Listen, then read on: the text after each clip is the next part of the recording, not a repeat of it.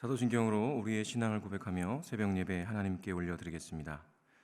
전능하사 천지를 만드신 하나님 아버지를 내가 믿사오며 그 외아들 우리 주 예수 그리스도를 믿사오니 이는 성령으로 잉태하사 동정녀 마리아에게 나시고 본디오 빌라도에게 고난을 받으사 십자가에 못 박혀 죽으시고 장사한 지 사흘 만에 죽은 자 가운데서 다시 살아나시며 하늘에 오르사 전능하신 하나님 우편에 앉아 계시다가 저리로서 산자와 죽은 자를 심판으로 오시리라. 성령을 믿사오며 거룩한 공회와 성도가 서로 교통하는 것과 죄를 사하여 주시는 것과 몸이 다시 사는 것과 영원히 사는 것을 믿사옵나이다. 아멘.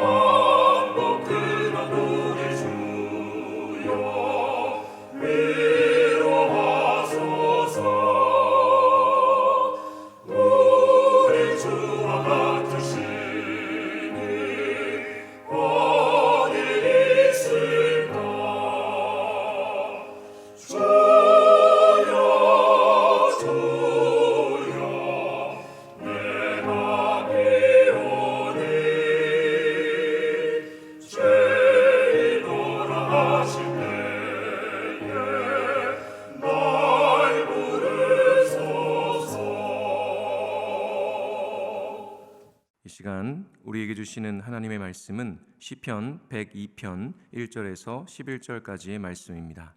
제가 봉독하겠습니다. 여호와여, 내 기도를 들으시고 나의 부르짖음을 주께 상달하게 하소서. 나의 괴로운 날에 주의 얼굴을 내게서 숨기지 마소서. 주의 귀를 내게 기울이사 내가 부르짖는 날에 속히 내게 응답하소서. 내 날이 연기같이 소멸하며 내 뼈가 숯같이 탔음이니이다. 내가 음식 먹기도 잊었으므로 내 마음이 풀같이 시들고 말라 버렸사오며 나의 탄식 소리로 말미암아 나의 살이 뼈에 붙었나이다. 나는 광야의 올빼미 같고 황폐한 곳에 부엉이 같이 되었사오며 내가 밤을 새우니 지붕 위에 외로운 참새 같으니이다. 내 원수들이 종일 나를 비방하며 내게 대항하여 미친 듯이 날뛰는 자들이 나를 가리켜 맹세하나이다. 나는 죄를 양식같이 먹으며 나는 눈물 섞인 물을 마셨나이다. 주의 분노와 진노로 말미암음이라. 주께서 나를 들어서 던지셨나이다. 내 날이 기울어지는 그림자 같고 내가 풀에 시들어짐 같으니이다. 아멘. 제가 기도하겠습니다. 사랑의 하나님, 우리의 사랑하시는 그 하나님의 놀라우신 은혜가 얼마나 큰지 감사와 찬양을 드립니다. 우리가 뭐라고 이렇게 우리를 사랑하시는지요. 주께서 이 온 세상을 만드셔서 우리에게 선물로 주실 뿐 아니라 누리게 하셨습니다. 생각해보면 매 순간이 기적임을 고백합니다. 그러나 그 기적을 경험하고 누리고 있음에도 기적이라는 것을 모를 때가 얼마나 많은지 모릅니다. 그 모든 것이 기적임을 볼 수 있는 눈을 열어 주옵소서. 땅에 속한 사람들이 구하는 눈에 보이는 것들에 마음을 빼앗기지 않게 하시고 하늘에 속한 자답게 하늘의 신령한 복을 사모하게 하여 주옵소서. 이 땅에, 이 나라에, 이 직장과 가정에 나를 보내신 주님의 목적을 깊이 깨달아 그렇게 주님을 섬기는 자로 살게 하여 주옵소서. 오늘도 진리의 말씀으로 우리를 가르쳐 주시는 주님께 감사드리며 예수 그리스도의 이름으로 기도합니다. 아멘. 할렐루야. 오늘도 주님을 예배하는 자리에 서신 모든 분들에게 하나님의 은혜와 평강이 넘치시기를 간절히 축원합니다. 오늘은 고통 중에도 주를 바라보라 라는 제목으로 하나님 말씀 전하겠습니다. 오늘 시편 표제가 바로 고난당한 자가 마음이 상하여 그의 근심을 여호와 앞에 토로하는 기도라고 되어 있습니다. 표제만 봐도 이 시편의 내용이 어떠할지 예상이 되죠. 고난 속에서 고통에 신음하는 영혼이 하나님 앞에 그 마음을 토로하는 모습이 상상이 됩니다. 과연 시인이 어떤 상황에서 이 고백을 하고 있는지 오늘 말씀을 읽어가며 살펴보도록 하겠습니다. 먼저 1절과 2절인데요. 여호와여 내 기도를 들으시고 나의 부르짖음을 주께 상달하게 하소서. 나의 괴로운 날에 주의 얼굴을 내게서 숨기지 마소서. 주의 귀를 내게 기울이사 내가 부르짖는 날에 속히 내게 응답하소서. 아멘. 지금 시인은 고통 속에서 부르짖고 있습니다. 하나님, 내 기도를 들어주십시오. 고통 중에 부르짖는 나의 부르짖음이 주님께 닿게 하여 주십시오 라고 말이죠. 첫 고백부터 이 시인의 간절함이 엿보입니다. 그가 지금 얼마나 큰 고통 속에서 하나님의 도우심을 간절히 바라고 있는지가 보이는 것이죠. 그 간절함은 사실 두려움에서 비롯되고 있는데요. 2절에 보니 자신의 괴로운 날에 주의 얼굴을 숨기지 말아달라고 간구합니다. 지금 시인은 주님께서 자신에게로 향하던 얼굴을 돌려서 숨어버리신 것처럼 느끼고 있는 것이죠. 어린 시절 숨바꼭질을 해보신 경험이 있으실 텐데요. 이 어린아이도 처음에는 이것이 놀이라는 것을 잘 알고 있습니다. 왜냐하면 아빠가 잠깐 눈에 안 보였지만 금방 다시 나타나는 것이 반복되기 때문이죠. 그런데요, 만약에 아빠가 숨었는데, 그래서 자신이 아빠를 찾으려고 이 사방을 돌아다녔는데 시간이 지나도 아빠를 찾을 수 없으면 어떻겠습니까? 아이는요, 정말 큰 두려움에 빠질 것입니다. 아빠가 정말로 자신에게서 사라져 버렸다고 생각하게 되고 홀로 남겨진 것에 대한 두려움 속에서 울부짖게 되고 말 것입니다. 지금 시인의 마음이 바로 그와 같은 것이죠. 이전까지 하나님은 늘 자신을 향하여 인자한 미소를 지으시는 아버지와 같았습니다. 시인은 아버지의 따스한 사랑과 든든한 돌봄 속에서 자신의 삶을 당당하게 또 담대하게 살아갔을 것입니다. 그렇게 살아가던 어느 순간 자신의 삶에 문제가 터졌을 때 언제나처럼 나를 향하여 집중하고 계실 그 아버지를 당연하듯이 불렀습니다. 그런데 하나님이 자신의 부름에 응답하지 않으시는 것이죠. 처음에는 당연히 응답하실 것을 생각하며 불러보았다면 시간이 지나도 응답이 없자 점점 더 불안해졌을 것입니다. 그렇게 어린아이가 숨어버린 아빠를 부르며 목 놓아 우는 것처럼 두려움과 불안 속에서 간절히 하나님을 찾게 된 것이죠. 그럼에도 하나님이 응답하지 않으시는 것이죠. 그렇게 하나님이 자신에게 숨어버리신 것만 같았습니다. 민수기에 보면 너무나 유명한 축복 기도가 나오죠. 민수기 6장 24절에서 26절에 이렇게 기록합니다. 여호와는 내게 복을 주시고 너를 지키시기를 원하며 여호와는 그의 얼굴을 내게 비추사 은혜 베푸시기를 원하며 여호와는 그 얼굴을 내게로 향하여 드사 평강 주시기를 원하노라 할지니라 하라. 아멘. 여호와 하나님의 얼굴빛이 우리를 향하여 있는 것 자체가 하나님의 복이요 보호요 은혜였습니다. 그런데 지금은 그렇게 하나님의 복과 보호와 은혜가 다 사라진 것만 같은 것이죠. 하나님을 아무리 불러도 대답하지 않으시고 그 모습이 보이지 않으시는 것입니다. 그러니 시인이 느꼈을 고통과 두려움이 얼마나 극심했을까요? 그래서 시인은 정말 간절하게 아버지 하나님을 부르짖으며 속히 응답해 주시기를 간구하고 있는 것입니다. 그렇다면 지금 이 시인은 어떤 상황 가운데 놓여 있는 것일까요? 3절에서 9절에 이렇게 기록하죠. 내 날이 연기같이 소멸하며 내 뼈가 숯같이 탔음이니이다. 내가 음식 먹기도 잊었으므로 내 마음이 풀같이 시들고 말라버렸사오며 나의 탄식 소리로 말미암아 나의 살이 뼈에 붙었나이다. 나는 광야의 올빼미 같고 황폐한 곳에 부엉이 같이 되었사오며 내가 밤을 새우니 지붕 위에 외로운 참새 같으니이다. 내 원수들이 종일 나를 비방하며 내게 대항하여 미칠 듯이 날뛰는 자들이 나를 가리켜 맹세하나이다. 나는 죄를 양식같이 먹으며 나는 눈물 섞인 물을 마셨나이다. 네. 지금 자신이 그토록 간절히 하나님을 찾고 부르짖는 것은 자신의 삶이 연기같이 소멸될 위기에 있기 때문이고 자신의 뼈가 숯같이 다 타버렸기 때문이라고 고백합니다. 시적인 표현이지만요, 한마디로 말하면 죽을 만큼 힘들다는 것이죠. 그렇게 죽을 만큼 힘든데 그 고통이 어느 정도냐면 밥 먹는 것도 잊을 정도였습니다. 가장 강력한 욕구 중 하나인 식욕마저도 다 사라져버릴 정도로 고통스럽고 시들어버린 풀처럼 서 있을 힘조차 없는 것이죠. 들어가는 음식은 없는데 나오는 것은 탄식뿐입니다. 그래서 살도 쪽쪽 빠져서 뼈에 붙어버릴 정도로 심각하게 병들어 있는 그런 상태에 처해 있는 것이죠. 외적인 몸의 상태만 망가진 것이 아니었습니다. 마음은 더 망가져 있었습니다. 자신이 지금 느끼고 있는 자신의 처지가 꼭 광야의 올빼미 같고 황폐한 곳에 부엉이 같이 되었다고 토로합니다. 올빼미나 부엉이는요, 야행성 동물입니다. 낮에는 쉬고 밤에 활동하는 이 새들처럼 자신은 밤이 되어도 쉬지 못하고 뜬 눈으로 밤을 지새고 있다는 것을 표현하고 있는 거죠. 밥도 먹지 못하고 나오는 것이 한숨뿐인 상황, 피골이 상접하고 밤에도 잠을 이룰 수 없을 정도로 피폐한 시인의 모습이 그려지는 것만 같습니다. 그뿐 아니라 시인은요, 심각한 외로움 속에 있습니다.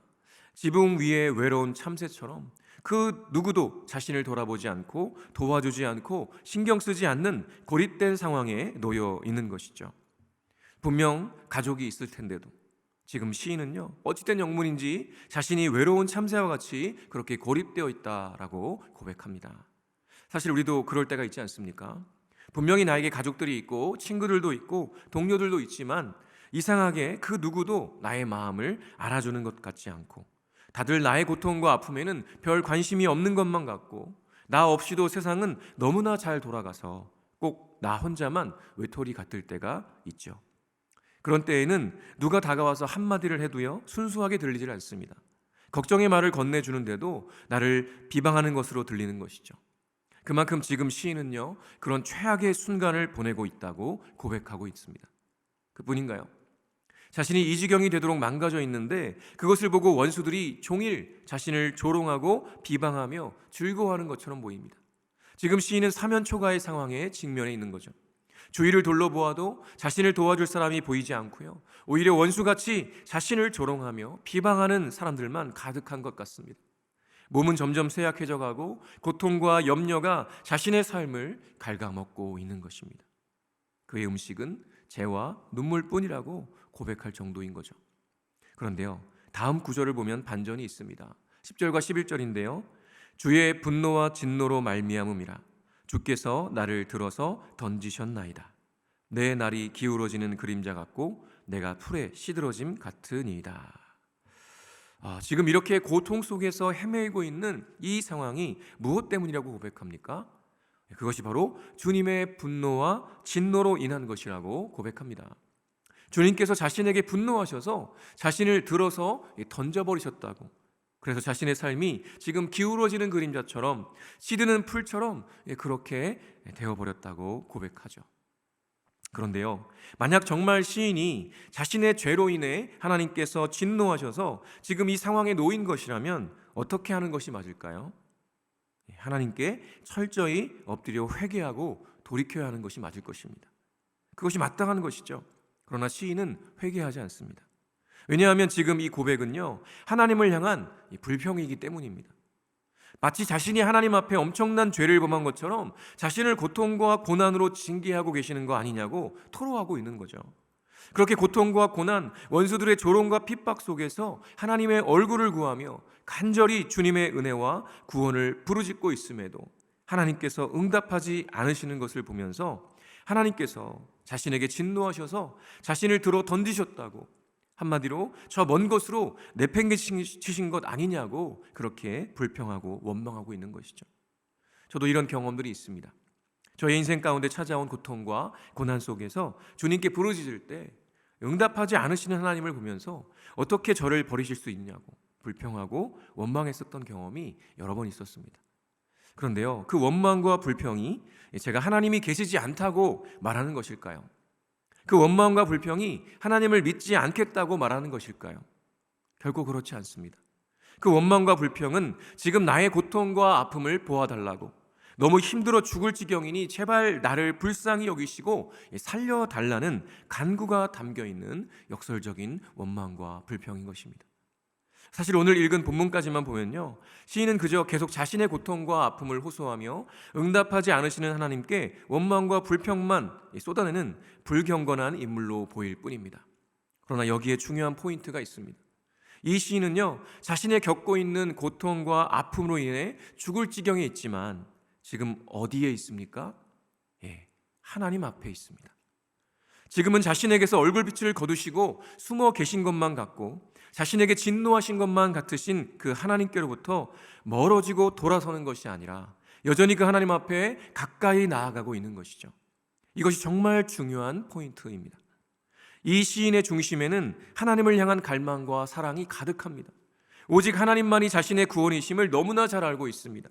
그래서 비록 아무리 부르짖어도 묵묵부답이신 하나님이시라도, 꼭 내게서 숨으신 것만 같은 주님이시라도, 꼭 나에게 진노하셔서 나를 내팽개쳐 버리신 하나님이신 것처럼 보여도 여전히 그에게는요, 하나님밖에 없다는 것을 이렇게 역설적으로 고백하고 있는 것입니다. 그리고 이제 이후의 본문들을 살펴보면요, 그의 진심의 고백이 터져 나오게 되는 것을 보게 됩니다. 저와 여러분은 정말 연약한 존재들입니다.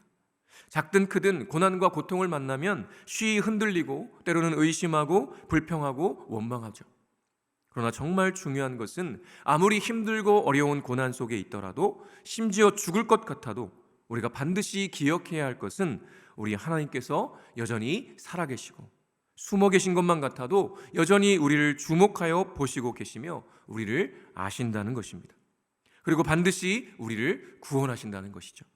우리를 위해 죽기까지 끝까지 사랑하신 그 주님이 저와 여러분을 결단코 포기하지 않으실 것입니다.